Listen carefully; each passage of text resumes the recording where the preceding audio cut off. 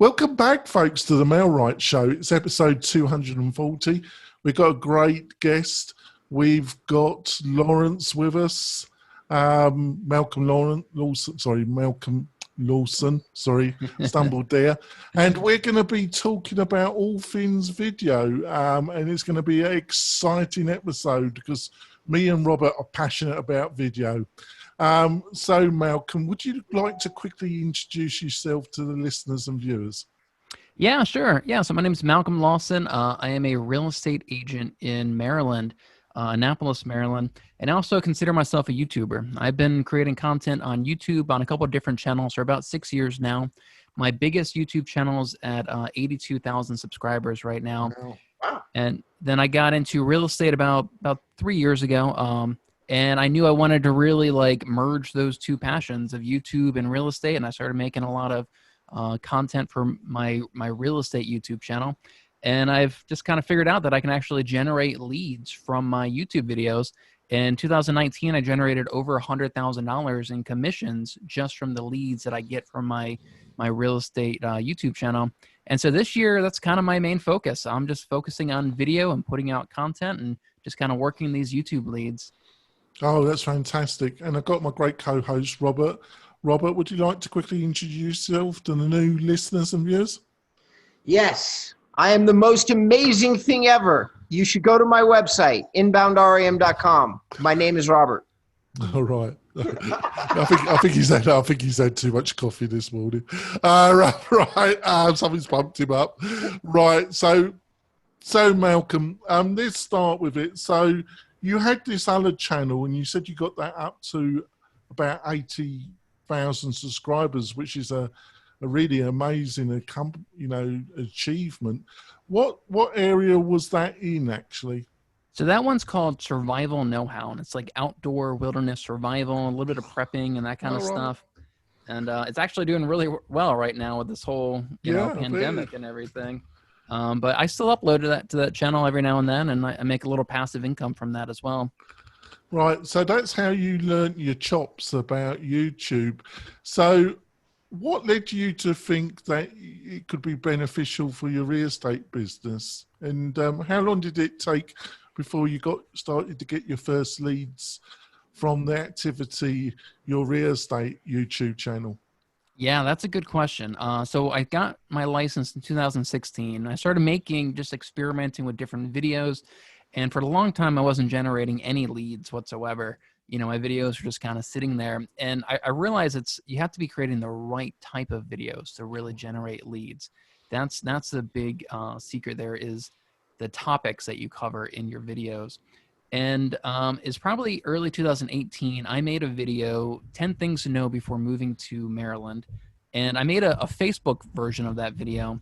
And on Facebook, that video got 800,000 views. It got shared, I think, 9,000 times. And I literally got 30 leads within 2-week period. And I was pretty much a brand new agent at that time. And I was like, holy cow, there is definitely something to this. And that totally just validated this idea that you could generate leads from videos. And at that point, I just started doubling down in most of 2018 and 2019 and just started creating content and figuring out what type of videos actually generate you leads. And that's where I'm at now. And what's great is that video that I made in 2018, that's almost 3 years ago now, and it still generates me leads today. And that video right now ranks on the very first page of Google for the term moving to Maryland. And it's just passive lead generation. I just every couple of days I get a new lead from my YouTube videos. I don't have to do any work. It's a pretty beautiful system I got. It's amazing. Now, before I put it over to Robert, what kind of equipment, I see that you've got a nice mic and your picture quality is really great. But a lot of people, they get kind of stuck on the equipment. What's the kind of basic setup that you need to get reasonable quality in your YouTube videos? Right, yeah. So this is what I bought about 4 or 5 years ago. Big fancy DSLR camera. This is probably $3,000 worth of equipment I had. And you know what? My cell phone that I have right now, this does just as good of quality as that that big camera does. That's 5-6 years old now, and really you don't really need anything nowadays. Literally all you need is a phone in your pocket, and this is all you really need to get started. I do have a fancy camera or a microphone. This is just because I do a lot of live streams. Yeah. Now I do, I'm an enthusiast, so I do have a really fancy camera, and this is another like a $3,000 setup right here, which is what I use. But you can get 90% of that quality with just whatever the latest iPhone is and latest Samsung phone is. So you really don't need much. If you're gonna buy anything, if you're gonna do film or videos in a studio indoors, I recommend getting a softbox. So softbox is just a particular type of light that casts a really attractive light on your face. And here I got a sample. All right, so this is what a softbox is, and it just diffuses the light and makes it a much more appealing soft light. And if you're going to invest some money, I'd recommend investing in some of those and maybe some better audio equipment. And other than that, using that mic you're using at the present moment, which if you watch this on the Mel Wright YouTube channel, go to the Mel Wright website, you'll be able to see this. He's got a nice mic. How much is that mic? Is it a USB mic, is it? Yeah, this one is the Blue Yeti. And Yes. honestly, I didn't even do that much research into this one. I just went on Amazon. I saw Blue Yeti had a bunch of reviews, and I bought this one. I think this one is maybe $150 or so. And it's just because I do a lot of live streams like this, and I really wanted my audio I to actually sound like pretty good. the tone of that a lot. Some of the Yeti products it's just down to personal taste. I don't actually like the tone of them, but that one is quite rich. It sounds really good, Malcolm. And what I like about it is it has a little button on the back here, and you can change the direction of it. So right now it's only picking up audio from this side, but not from the monitor. And then I also have this really nice little arm here to kind of hold it up for me, so I don't have to constantly. So for about $120, that can be used on a Mac or PC, and then probably a decent Logitech webcam. It doesn't have to be 4K, so you don't have to go to the top version. That would probably cost you another $100. And with some basic, how much time do you spend on the editing then, Malcolm? So I've been editing for 6 years now, so I've gotten pretty quick at it. So I'm maybe an hour for a quick video. Sometimes I'll do really like elaborate videos with a lot of fancy graphics in them, a lot of effects, and those ones can take me up to 5-6 hours of editing on that. But one investment that I made that I love is I used to have a big PC, and I used to have to lock myself in the office, and I'd be so lonely just editing these videos. And now I got just whatever the latest MacBook Pro is, and I can just edit on that. And I can go sit on my couch with my family and edit my videos, or take this to the office or something. But the good news, folks, there's a lot of people out there offshore. You can go to various freelance websites to find editors, so you don't actually have to do it yourself. I think Malcolm does it himself because he enjoys it. What kind of so you're on the Mac, what editor do you actually use on your videos then, Malcolm? Yeah, so I'm using Adobe Premiere. You do use a Premiere, yeah. Yeah, and Adobe Premiere, they, like Hollywood editors use this to edit Hollywood movies. It's very like in depth and elaborate, kind of have a high learning curve. I think you can get it for $20 a month. But there's a lot of other really simple ones. I usually recommend people use whatever comes for free on their computer just to get started. iMovie. I know plenty of big YouTubers that have millions of subscribers, and they literally just edit on iMovie. So it doesn't have to be elaborate. I don't know what you think, but I normally suggest that if they're on the Mac, they look at ScreenFlow, because I think it's about $190. Okay. And so it's not ridiculously expensive if they want to do the editing, but it's what I use, but I just use it a little bit. I just chop the front and do some minor cuts. But the main thing is there is a lot of people out there that can do the editing for you. Would you agree? Yeah, absolutely. Upwork.com is a great way to place to hire freelancers. Fiverr.com. And also the the editing apps on cell phones have gotten really They good. have, haven't they? Yeah, yeah. I mean, they have ones where you can add different layers and text effects, and you can do a lot of really fancy stuff. And that's kind of a growing trend, is that YouTubers are filming and doing all their editing completely on their phones, creating their thumbnails, uploading 100% of the work just on their cell phones. All So right. that's something else people could look into. Over to Robert. Well, first of all, thank you for joining us, Malcolm. I'm super excited to get you on the show. I found you through your YouTube channel, and for those who are listening, I want to encourage you strongly to go check out Malcolm's. We just want to call you something else desperate.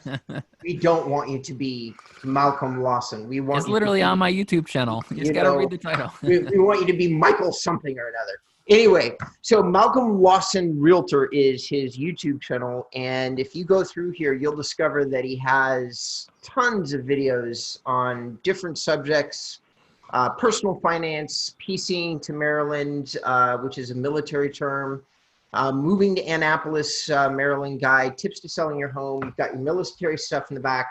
So let me kick off my series of questions, because I reached out to you because we've been talking about the fact that everything's going to video. We said it a lot. Video affects SEO. Video affects conversion when you integrate it properly into a real estate website. And now we have you on the show saying that you're doing, what, 80% of your lead generation through video? Is that a fair assessment? Yeah, I mean, this year I'm trying to shoot for 100%. I mean, it kind of depends if you count like agent referrals. But I do get a lot of agent referrals from my videos as well. But this year, it's just, for me, it's just going to be my database, YouTube leads, and agent referrals. Those are kind of the 3 buckets of lead generation I'm focusing on. Okay. So you've got the majority of your leads coming in from... Sure, 80%, yeah. Okay. And just to give everybody a feel for what that looks like, your 3rd year in real estate, right? How many transactions, I'm not going to count this year right now with COVID going on, but last year, how many transactions did you achieve? Yeah, so I was in the Air Force for a long time, and I got out in July 2017. So I consider 2018 kind of my first year. I did 19 transactions. Last year is my 2nd year, and I did 30 transactions, and 11 of those 30 found me on my YouTube channel. Nice. And where did the other ones come from, if you don't mind me asking? Yeah, different sources. I was doing some Facebook ads, some agent referrals. I was on a couple of these websites where you have to pay them, a 35% referral fee, and they give you these internet leads. And those are terrible. I hate working those so much. And luckily, I've been able to dump those now because I'm getting so much from YouTube. Right. So basically, this entire time you've been pressing away at some type of YouTube schedule, which has slowly but surely been ramping up in terms of lead generation. Am I understanding that correctly? Yeah, that's it. Luckily YouTube has like an accumulative effect, where you upload a video to Facebook and that video is dead after a week. Sometimes only a few days that Facebook actually gives it views. But with YouTube, you upload a video and it can get views for years to come.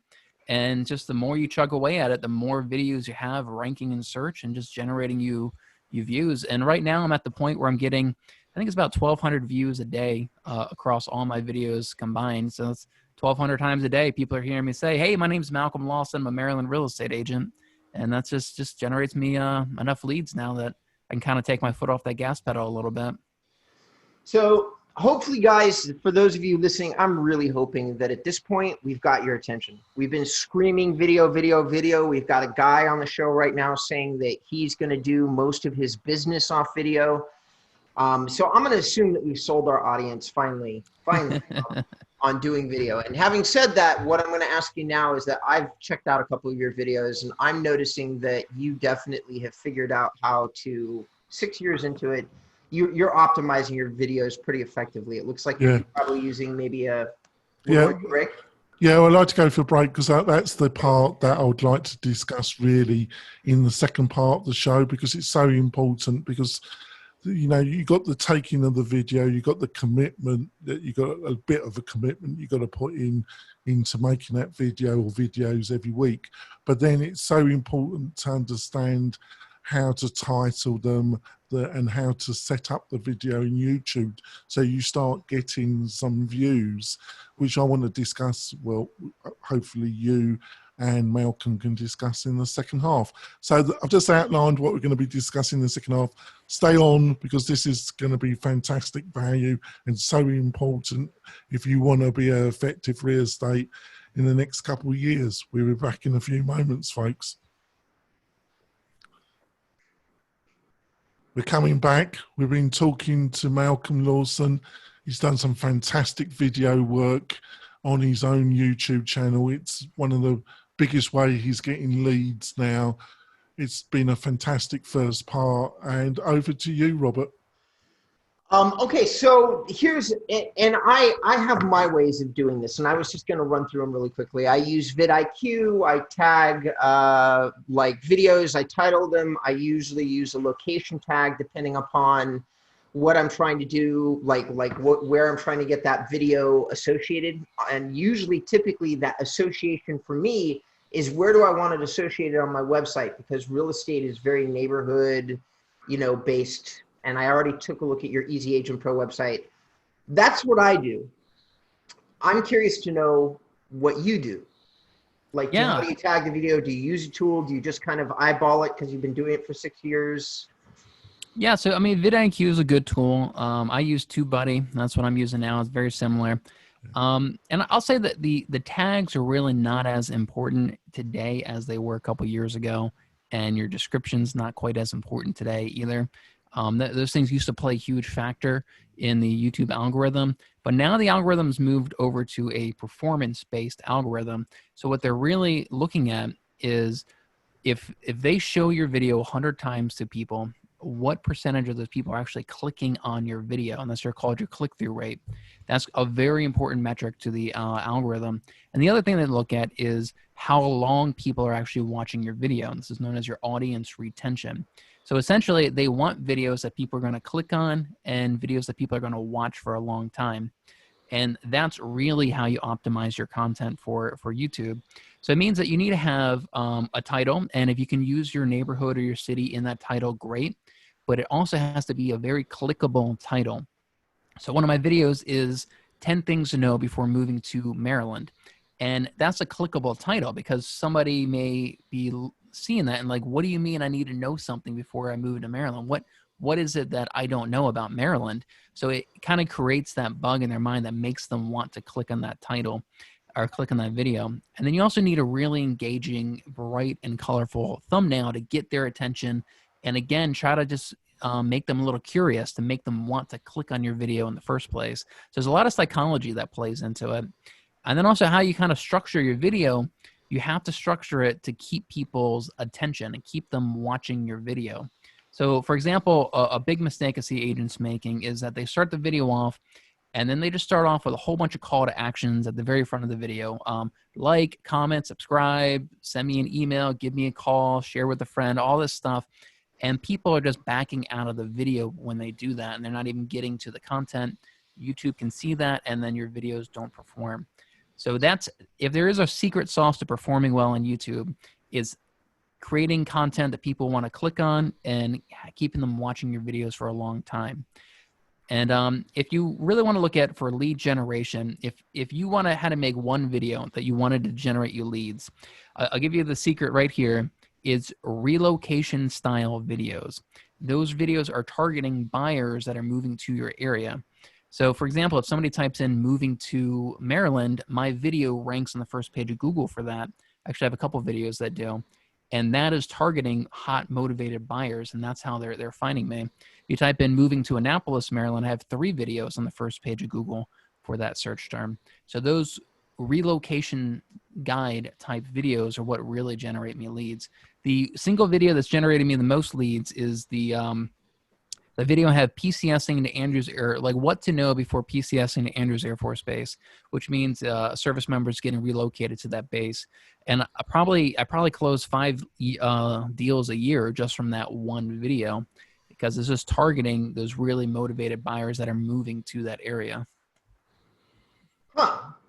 And I'm curious, so your experience and your history with the military definitely is playing a part in your current success, both on YouTube and in general, right? Yeah, I would agree with that. Most of my business is military, but I would say to people like, that's my niche is the military, and I have that credibility in that community. But ask yourself, what community do you have credibility in? Could you make your channel all about 55 places, 55 plus communities in your area? I don't have any credibility with that community. Or could you make your channel all about first-time home buyers or moms buying homes or families buying homes, in other niches that I don't have any credibility in, but somebody else might. Right. Right.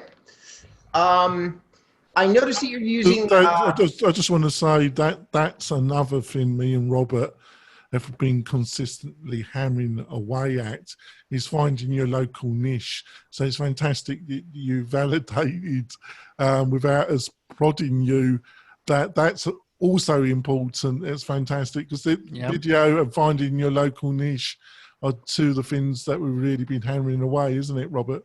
Yeah, absolutely. And this is total like a total flyer, like a side. And I probably could have waited until we turned the camera off, but I am so curious. You are using Easy Agent Pro as basically your foundational location for, because you're driving traffic. I'm noticing over and over again that you have certain links like search homes, do this, do that. So you are driving traffic from YouTube to a website. The website you're driving traffic to is an Easy Agent Pro website. Just from my own knowledge, this is more from me than the audience itself. What do you think of that site? Yeah, I mean, I think it's fine. It's got a nice user interface for the user and on kind of the back end. When I originally was into blogging, and I used to do a lot of blogging, get my blogs to rank, and that's kind of how I got into video, years ago. And so that's kind of why I started going with Easy Agent Pro, because they really advertise their blogging usability and how blogging friendly it is. Truthfully, I haven't had any luck with any of my I've only had a few blog posts actually rank on my website. And that's a whole nother rabbit hole there with getting backlinks to your website and increasing your domain authority and all that nonsense with blogging. I don't think I get very much organic traffic from that, but I did want to have a really nice looking website that I could send people to that had plenty of call to actions on it. And that's what Easy Agent Pro does for me. It's just a pretty little website, and I can embed video on my homepage. Did you, when you were looking at, did you look at any of the other competition at the same time, or was they on your radar initially and you just thought that was the right solution for you?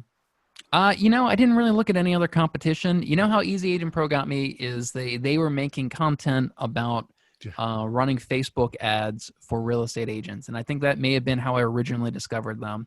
So, and then I saw a bunch of the blogging stuff and I was like, hey, I do Facebook ads, I do blogging, and I thought it was a good fit for me. I didn't really vet any other websites or anything. I just knew it was a better looking website than what Keller Williams gives me. And would you like to quickly outline why it's so important to have your own website rather than rely on your brokerage supplying you with something? Yeah, I mean, Keller Williams gave me a website, but it was pretty limited, and it just wasn't all that impressive, and I couldn't really do what I wanted to do with it. And I like having that flexibility and being able to put my videos on my website and put them on my homepage and create complimentary blog posts for my videos. One thing I like to do, I don't do it for all my videos, but I'll make a video and then I'll go to Upwork.com or Fiverr and have somebody write a blog post based off of my video, just because I don't feel like doing that. But that combination of video and blog post, that does pretty well for me. Kind of ironically or funny enough is I'll post a blog post on my website, and then I also post the same blog post on medium.com, which is a blogging platform. And I've had much better luck with getting my Medium article to rank in Google search than I do having my blog post. So, for example, right now, if you type in moving to Annapolis, Maryland, like 4 down is 3 of my videos, but the number 1 result for that search term is my Medium article that has my videos in it. So even if they don't click on my videos, they click on the number 1 result, they're going to get my videos anyway. And so that's another really powerful way that people can send traffic to their YouTube videos, is by embedding them in a blog post. Right, I think we're coming to the close of our podcast part of the show, but we're going to, Malcolm's agreed to stay on to some bonus content, which you'll be able to see on the MailRight website with a full transcription of the whole interview. Well, at the beginning of the conversation on a bonus, I'm going to ask him about Google Local Business page and how important that, has he bothered with that? Because that's one of the other things me and Robert hammer away with, is how important that is to get that totally set up for a local agent. And some of the other things that we preach around improving your local search, being able to be found when people do local search terms. So, Malcolm, what's the best way to find out more about you and what you're up to?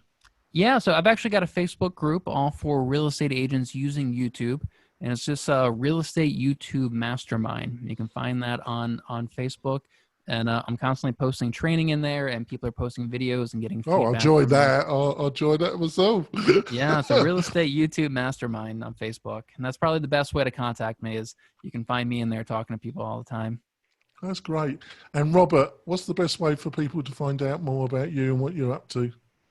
Go to my website, inboundrem.com. I've never been so active. If you become a subscriber, I have a secret Facebook marketing group that I don't let everybody join. But if you become a subscriber and follow me on email, I will eventually invite you to my Facebook marketing group. Right, there we go. And you would have watched all our great videos. Go to the MailRight website. We've got over 250 interviews, internal discussions between me and Robert, or great guests like Malcolm. It's a great training platform in its own right. Plus, in the next few weeks, I'll be launching the MailRight University, and I'll be offering that free to anybody that's listening to the podcast. Put a ton of work into that. Someone's killed me, but we're getting close to getting that finished. We'll be back next week with another great guest like Malcolm. We'll see you soon, folks. Bye. I'm sending you my request to join your group right now, Malcolm. Perfect. I'll let you in mine if you let me in your group. Absolutely. I'll do it right now. Mine's much smaller than yours. Yeah. But because I just decided to start it. I've never been a big Facebook guy. I'm an SEO guy, so I can tell you why. Yeah, I can tell you what's going on with your site. It's good. Yeah, I'd love some feedback on that. Right, onto the bonus content. So another thing that we really preach, it's been a little bit closed down because of the virus, the plague. But the other thing that we regularly preach is utilizing as much the free resources that are offered to you. So basically, when it comes to local searches, you really use your Google local business page and fill it all in and put videos on it. Is that something that you've done? Yeah, I actually did spend a lot of time on my local business Google website.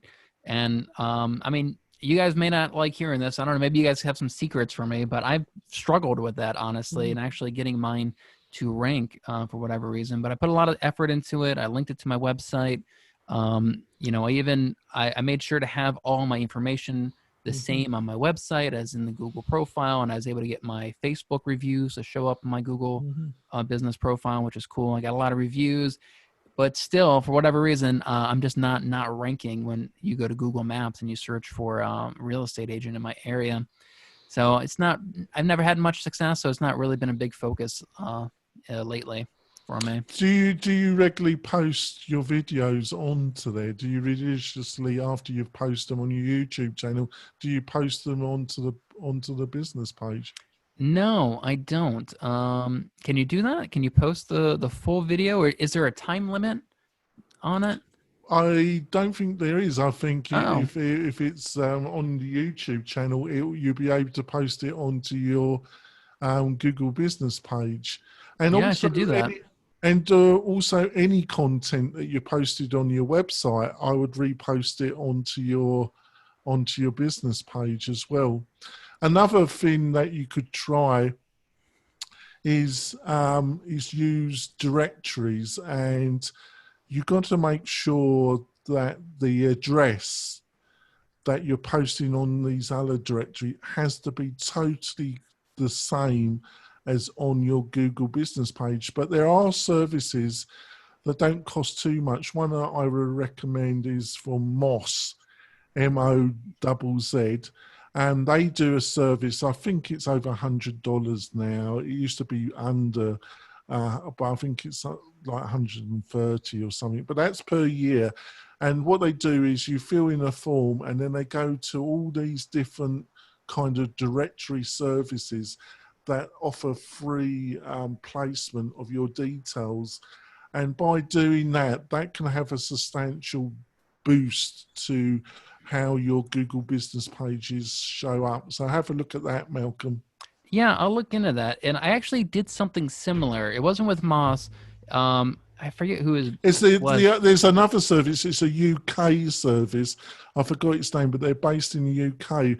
And they do manual. They have a small offshore team, and they do it semi-manually. And I have used them, and they're supposed to be better than Moss. But for the money, I don't know what other service you used to do it. So I kind of screwed myself up because I created some service, paid them, I don't know, $100 to $150 or so to create a bunch of, I guess, backlinks and directory. It's really, I think it's for backlinks. That's what it was. But they also did a bunch of directories with my name, address, and phone number and everything. And then I got upset with my brokerage, and I changed, and I left and started a new brokerage. And so my address and my brokerage information is completely wrong now, and all these. So that is probably really affecting. So that is something you're really going to have to look at. Yeah, I don't feel like going back to all 50 references or whatever. No, but more, getting a service like Moss. And right, they could fix that. Yeah, they will probably, because Google's probably looking at that and seeing inconsistencies, and that will really hammer you quite. But also regularly publishing and the other thing is, fill in your Zillow, even though me and Robert hate them, is, use the free services of Zillow to the maximum. I fill in your profile and getting some reviews on there, and doing the same on Realtor as well. Okay, I'm not active on Realtor. Yeah. Well, you don't have to, but they offer a free profile because it's being offered for free. You should fill it all in. What do you think, Robert? About hyperlocal? Yeah, what I've just said. Yeah, no, that's all very good advice. Like you should do those things. I think they'd be good for you. I also think that John's advice about reposting, like it should take you no more than 15 or 20 minutes to repost something that you've already done to your My Business profile and see if it's effective for you. I've been hearing a lot of big, strong statements about Google My Business. I have yet to materialize any big results for myself. I get about 1,000 views on my Google My Business local profile. And I'm only getting about 24 web visitors out of that. But with you, who has so much good actionable video content, if you can get it on there and you're getting an extra, let's just say 200 views, what's the harm, Yeah, let me ask you guys a question. Do you think that your website's domain authority has any influence on your Google business profile and where that ranks? No, it doesn't. They're different algorithms. I can tell you, but all the stuff that we're talking about, I'm struggling to keep my mouth shut because I know these answers as probably as well as any human would know them. Very similar to the way that you knew this stuff about YouTube, and that was more information than I had.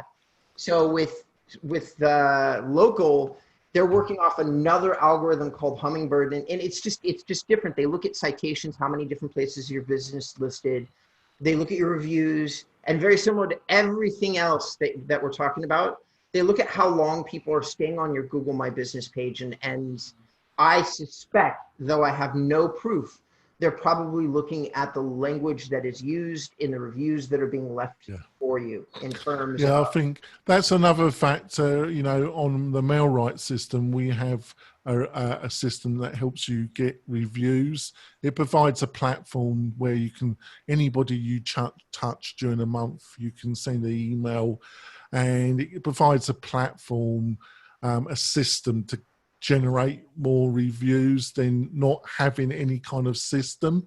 But you know, having a review generation system, or placing it so much time per month to getting new reviews will get enormous benefits in the end. Would you agree with that, Robert?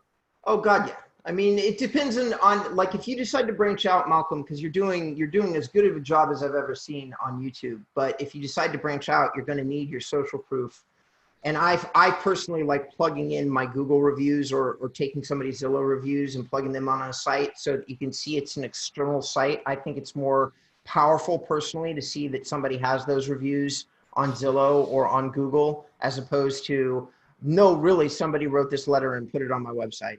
Right. That's probably just the way my head works, and I may be broken, but that's the way I think. So social proof is important not only for you, but it's important for your Google, like your hyperlocal rankings. It's important for. And another thing, and hopefully Robert's going to agree with this. I looked over your website, and I think I totally agree with you. But getting what me and Robert would call some evergreen pages that have video.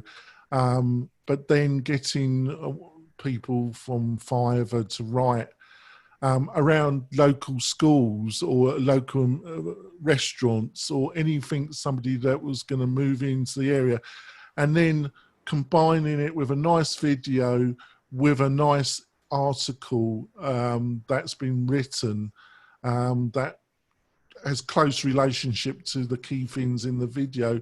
We call that evergreen content, and that will help the ranking of your website tremendously. So that's something you should look at. What do you think, Robert?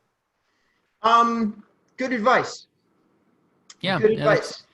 I suggest, Malcolm, that maybe what we do is we take some of this offline. Pick me or John, doesn't matter, but I'd happily spend some time with you and maybe trade knowledge, do exchange and brain dumps. You give me you answer some more questions for me about YouTube, and I'll answer some questions for you about real estate SEO. Like I'll tell you, like there's labeling things and there's domain authority things that we could talk about. There's the concept of doing this all on somebody else's platform that you are working with. I think when it came to Google Local, I think we found out quite rapidly the reason why you're not getting anything from that is that you moved brokers and you used the service and you haven't updated it. So when Google's looking at this, they're seeing a load of these registry sites and it's not matching up with the detail on your Google business page. And when they see that, alarm bells just start ringing and you get penalized. Mm-hmm. Yeah, it's frustrating. So go to Moss. I think it's about $140 now, and fill in that form and get that sorted out. And that probably help the quickest. But everything else we've discussed really helps the agent. And what the frustrating thing is, Malcolm, a lot of the stuff that me and Robert talk about doesn't cost an enormous amount of money, but a lot of agents just don't do it, do they, Robert? No. And it's going to be sad because I think that most of what Malcolm's cost would be for a YouTube channel is probably his time, unless I'm mistaken. Like you may be doing. Are you using closed captioning? I didn't seem to notice it. I don't. A lot of big YouTubers do, and they do recommend it, but I don't. Sometimes I will. If I edit a video specifically for Facebook, 85% of all Facebook views are without any sound on it. So I'll upload my video to YouTube as unlisted. I'll send it to rev.com, they'll send me back a file that has all my captions on it, and then I'll edit that into a Facebook version. That's really the only times I ever do the captions on my videos. It is a big SEO trick. If you do a canonical URL, so you're putting it somewhere on a website and you know it's going to be part of the content, like you do it backwards, forwards. You develop the video around the content or the content around the video, but one way or the other, you know it's going on a blog post somewhere. Well, the closed captioning is a hidden page of content that Google will give you credit for if they think that you wrote it by hand. So there's that. And it also plays into the YouTube search algorithm in terms of them understanding what the video is about, so on and so forth. But the big thing, the really big thing, is it makes a big difference for SEO. Like that's the big little trick, if you will, in there. Now, Malcolm, when it comes to getting external editor from, Fiverr or freelancer editor, how much do you think it will cost to get a decent editor offshore, and how much to get like a 10-15 minute video edited to some standard? How much do you think you should be looking at to find somebody that knows what they're doing? Yeah, that's a good question, because I know a lot of people, is you can go and find somebody in the Philippines who'll edit a video for you for $10 or so. But then, or you can hire somebody in the States for, $100, and it's kind of anywhere in between. And I'd say it kind of depends on how complicated of a video it is. If somebody's just getting into it and it's a super simple video, maybe $20, $30. If you want to have like a lot of cinematic effects and somebody's spending several hours on a video, it's probably more like $50 a video or so. Because what you got to look at, especially if you're starting out, is you need somebody that's got reasonable English skills, but also the experience to give you some advice about how the video, because do you think the editing affects the amount of time people actually stay on the video and watch it? Absolutely. And when you edit a video for YouTube, you want to do something to get their attention in the very beginning and then get to the content as soon as you possibly can. And I've seen a lot of people, they'll hire a professional videographer and a professional editor, but their intro is like 2 minutes long into the video. And I just know that people are just backing out of the video during this long intro. So you do want to get somebody kind of familiar with the YouTube platform and just kind of the pacing. You want to have a pretty fast pace with your YouTube videos as well, and always have some kind of graphics or images or B-roll playing just to help keep people's attention, especially on kind of a boring topic like real estate. Well, it's kind of, but isn't it, Malcolm? Because I think people in general are fascinated by other people's houses, their neighbourhoods, what's going on, and that aspect basic of value. Basically, it's the biggest thing that they probably will own, or they like to think they own, until they get that final payment into the mortgage company, and then it probably is theirs, and then they die, and then it all goes to the state. Anyway, so I'm only joking. I'm only joking, listeners and viewers. You always got to go dark, Jonathan. I always got to go dark, listeners and viewers. And I think we're going to wrap this up. I think we've covered an enormous amount, and I think it's been an excellent discussion. You're going to have to come back, hopefully, Malcolm, in the second half of the year, because it's been a fantastic discussion. And we'll be back soon, folks. See you later. Bye.